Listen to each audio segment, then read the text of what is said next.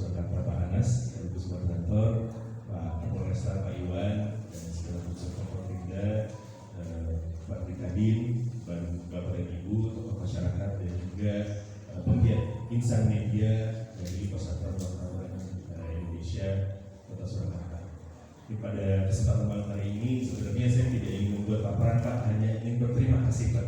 Berterima kasih kepada semua penggiat pers yang ada di Kota Surakarta. Kenapa demikian? Karena kepada Ibu selama ini telah menyajikan berita-berita yang berbeda, berita-berita yang luar biasa lainnya, sehingga kepercayaan masyarakat pada ekonomi Solo Raya, terutama Kota Surakarta, semakin hari semakin baik. Contohnya apa? Atau indikatornya apa? Indikatornya adalah tingkat kepercayaan masyarakat terhadap kondisi ekonomi dan prospek ekonomi yang ada di Solo Raya semakin hari semakin baik. Kita melihat dari survei konsumen yang dilakukan oleh Bank Indonesia, terlihat bahwa selama 2 tahun terakhir levelnya di atas level optimis. Alhamdulillah. Dan semua ini tidak mungkin tercapai kalau masyarakat khawatir, kalau masyarakat tidak menerima informasi yang baik dan berimbang dari Bapak dan Ibu sekalian. Jadi untuk itu saya terima kasih untuk itu. Nah, kenapa kepercayaan masyarakat ini menjadi penting? Karena kalau kita bedah struktur pendapatan daerah Solo Raya, yang paling tinggi pertumbuhannya adalah sektor akomodasi makan dan minum. Artinya apa? Disinilah tempat bertumbuhnya industri pariwisata. Ada hotel, ada restoran. Ini tumbuhnya tinggi Bapak Ibu. Dan sebagaimana kita tahu semua bahwa yang namanya orang datang untuk berwisata butuh adanya rasa aman, rasa tenang. Dan ini sudah terlihat di situ. Pariwisata kita tumbuh dengan baik di Solo Raya ini. Orang banyak berkunjung. Kita lihat dari angka pertumbuhan penumpang KRL misalnya, penumpang kereta, penumpang pesawat, dan tingkat hunian di hotel. Ini semakin hari semakin meningkat. Artinya orang-orang dari luar Solo Raya merasa nyaman, merasa aman untuk datang ke Solo Raya. Kembali terima kasih kepada Bapak dan Ibu yang sudah memberikan informasi-informasi baik sehingga Solo Raya tadi sebagaimana disampaikan Pak Anas terkenal sebagai daerah yang paling nyaman ya Pak ya. Dan ini memang terbukti dengan tingkat hunian hotel yang meningkat, tingkat kunjungan juga yang meningkat. Dan juga di tengah tantangan melambatnya ekspor kita ke luar negeri, karena negara-negara tujuan ekspor kita sekarang ekonominya juga belum membaik Bapak dan Ibu. Yang bisa kita harapkan adalah kita optimalkan ekonomi kita di dalam negeri. Kenapa demikian? Kita melihat optimisme yang tadi yang pertama saya sampaikan bahwa keyakinan konsumen kita sudah baik sekarang. Jadi ketika mereka akan berkonsumsi, berbelanja, mereka nggak takut lagi. Yang kedua adalah kita lihat indikator dari kredit perbankan untuk kredit konsumsi ini meningkatnya luar biasa, sekitar 6,6%. Artinya masyarakat punya modal untuk berbelanja lebih banyak.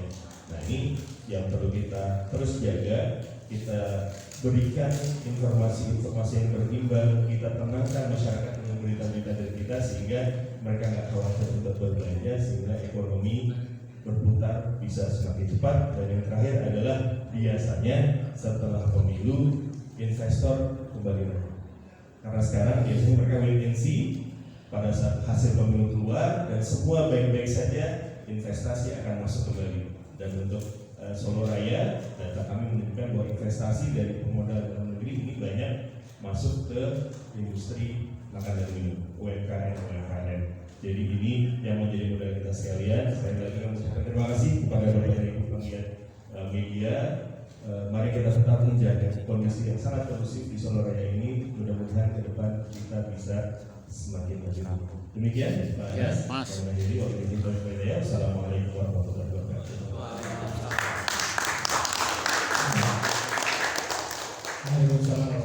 Tepat sekali 4 menit. Semoga kata-kata WNE isinya nggak terlalu lama ya.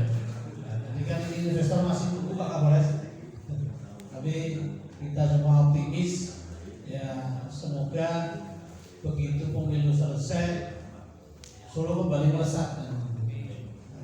Tadi kan sebelum kita mulai saya sempat berdialog dengan Pak Iwan, biar masyarakat tidak sepaneng dengan urusan pilkada, yang punya kegiatan tetap kalah jalan kegiatannya. Yang mau pakai ada festival senang silahkan, festival senang jalan, UMKM jalan begitu. Saya pikir sebagai sebuah bentuk upaya menumbuhkan suasana yang tidak tegang gitu ya. Jadi urusan kita sebenarnya bukan hanya pilkada. Urusan kita ya seperti kulineran gitu ya, yang mau buka, mungkin mau buka kafe, wait and see-nya juga jangan terlalu lama begitu, seperti yang disampaikan oleh Pak Anto tadi. Dan ternyata ada satu kata bahwa suara Solo Raya itu sangat optimis. Ini cukup menenteramkan kita. Dan nanti kita sinergi dengan kawan-kawan dari Solo Media dan teman-teman pengusaha, ada Mas Ardi juga yang sudah tahu, Matur Suwun dari HIPMI dan kawan-kawan pengusaha yang lain. Saya pikir mereka juga menjadi tulang punggung untuk pertumbuhan dan keberlanjutan ekonomi di kota. Selanjutnya mungkin Mbak Astrid selaku wakil ketua Kadin mungkin punya kacamata tersendiri. Nanti sebelum saya lempar ke Bapak Ibu untuk atur pengantikan juga. Monggo Mbak Astrid. Assalamualaikum warahmatullahi wabarakatuh. Assalamualaikum kita sekalian, salam swastiastu, namo buddhaya, salam kebajikan. Waktu habis yo. Sebelum saya mulai, di sini saya mohon izin untuk mewakilkan ketum kami, Mas Ferry, yang kebetulan hari ini tidak bisa hadir selaku ketua Kadin, yang diharapkan bisa saling sharing ya hari dari sisi bisnis. Namun demikian, tadi juga sudah disampaikan, mungkin ada beberapa rekan media juga mengenal saya sebagai Pak Rektor, jadi monggo nanti perspektifnya bisa malah melengkapi Pak Anto ya, dari perspektif bisnis dan juga di sisi akademisi. Yang kami hormati tentu dalam hari ini yang sedang merayakan Hari Bahagia untuk Hari Pers Nasional, Pak Anas selaku Ketua PWI Solo, dan tentunya para senior yang sampun rawuh dari Monumen Pers selaku tuan rumah Pak Yudoto, Forkominda yang sampun rawuh ada Pak Iwan, dan tidak bisa saya sebutkan satu persatu. Senior ada Pak Margono, kebanggaan kita semua, dan tentunya seluruh yang sudah hadir pada malam hari ini. Tidak lengkap rasanya kalau nggak pakai pantun dulu, boleh Pak? Biar nggak terlalu ini ya, biar nggak terlalu kaku gitu. Lagi, cakep, padahal belum mulai. Nah, kalau yang sudah biasa mengikuti, biasanya saya membuat pantunnya bahasa Jawa mantap. Jadi itu sambil belajar ini bahasa Jawa di Solo, kan belum sampai 1 bulan ini. Iya, pokoknya nanti saran-saran dijawab saya ya. Mampir Solo, ampun kesupen bedangan.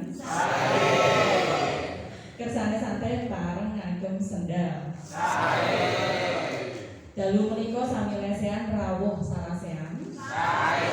Derek mangayu bagyo Hari Pers Nasional.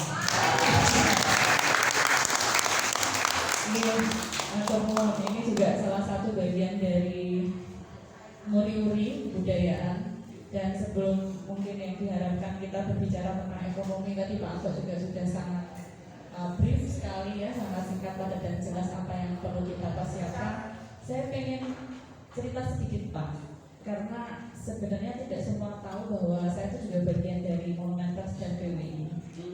Masih keluarga besar Pak. Sejarahnya di akhir tahun 70-an, pada waktu itu Pak D saya almarhum Pak H.S. Sumaryono, ya itu salah satu penggagas untuk mendirikan bangunan ini. Pada waktu itu Monumen Pers Nasional kan sudah ada ya, pada waktu itu sudah ada PWI yang sudah berjalan dan disampaikan setelah akhirnya Republik Indonesia kemudian pada waktu itu dengan ketua PWI, beliau pada waktu itu almarhum Pak D itu sekretaris kalau nggak salah, sekretaris PWI. Kemudian beliau beberapa kelompok untuk menggagas adanya Monumen Pers di Solo ini. Dan seiring berjalannya waktu, pada waktu awal itu awalnya dalam bentuk yayasan. Nanti kalau mulai itu diluruskan ya Pak. Dalam bentuk yayasan, kemudian sempat juga untuk kepegawaian dititipkan ya di bawah Kementerian Pertanian, di bawah RI. Makanya banyak ya dulu senior yang di Momenpers juga, di RRI juga gitu ya. Dan itu waktu itu kalau nggak salah zaman Pak Romo gitu.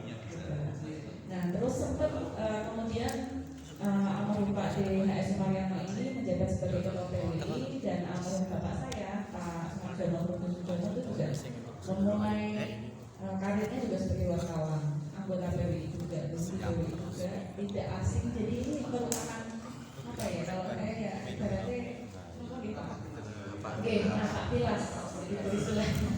Nampak tilas, oh jadi ini dulu yang diceritakan, yang didongengkan.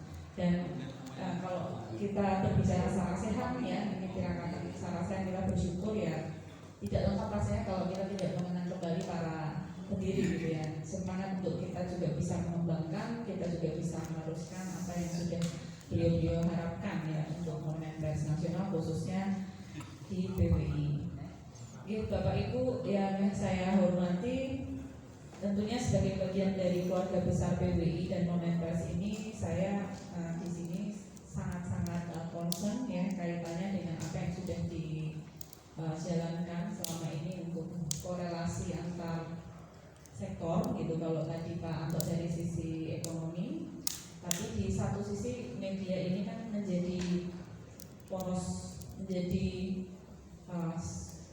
sumber dari seluruh pergerakan yang ada di kolaborasi pentahelik ya Pak ya, di bisnis juga, akademisi juga, komunitas dan seterusnya, sehingga apa yang menjadi isu yang ada di masyarakat ini sangat erat kaitannya dengan apa yang menjadi sudut pandang dari kawan-kawan media.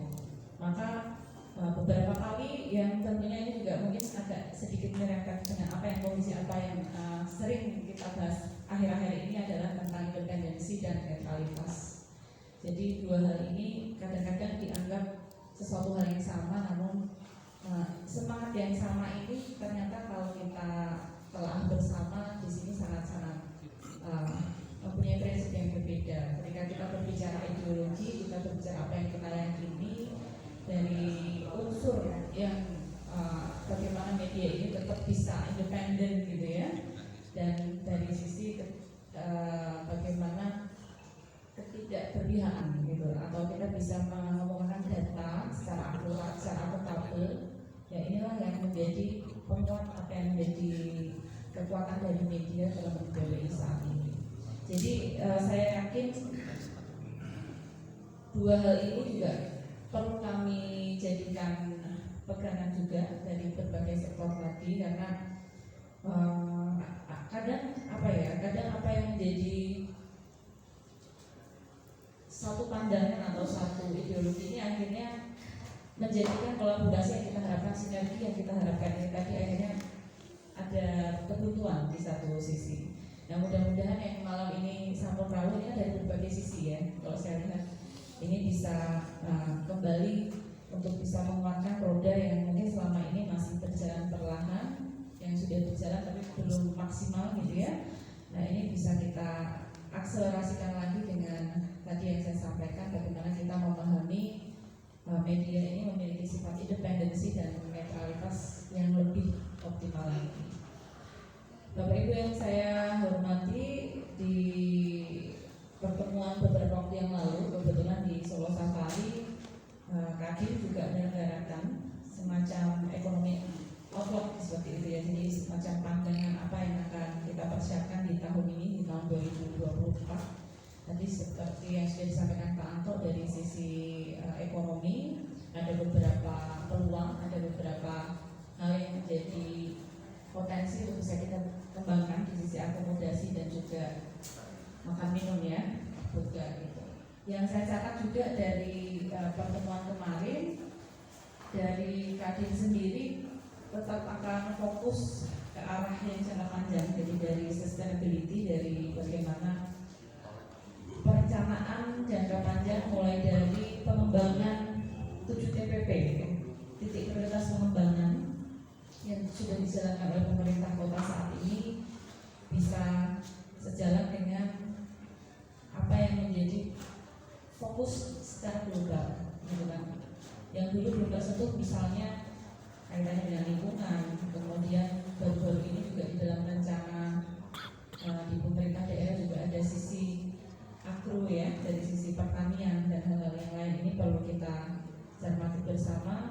Dan juga kemarin ada juga pembahasan mengenai pemaksimalan atau optimasi pengelolaan aset-aset di daerah.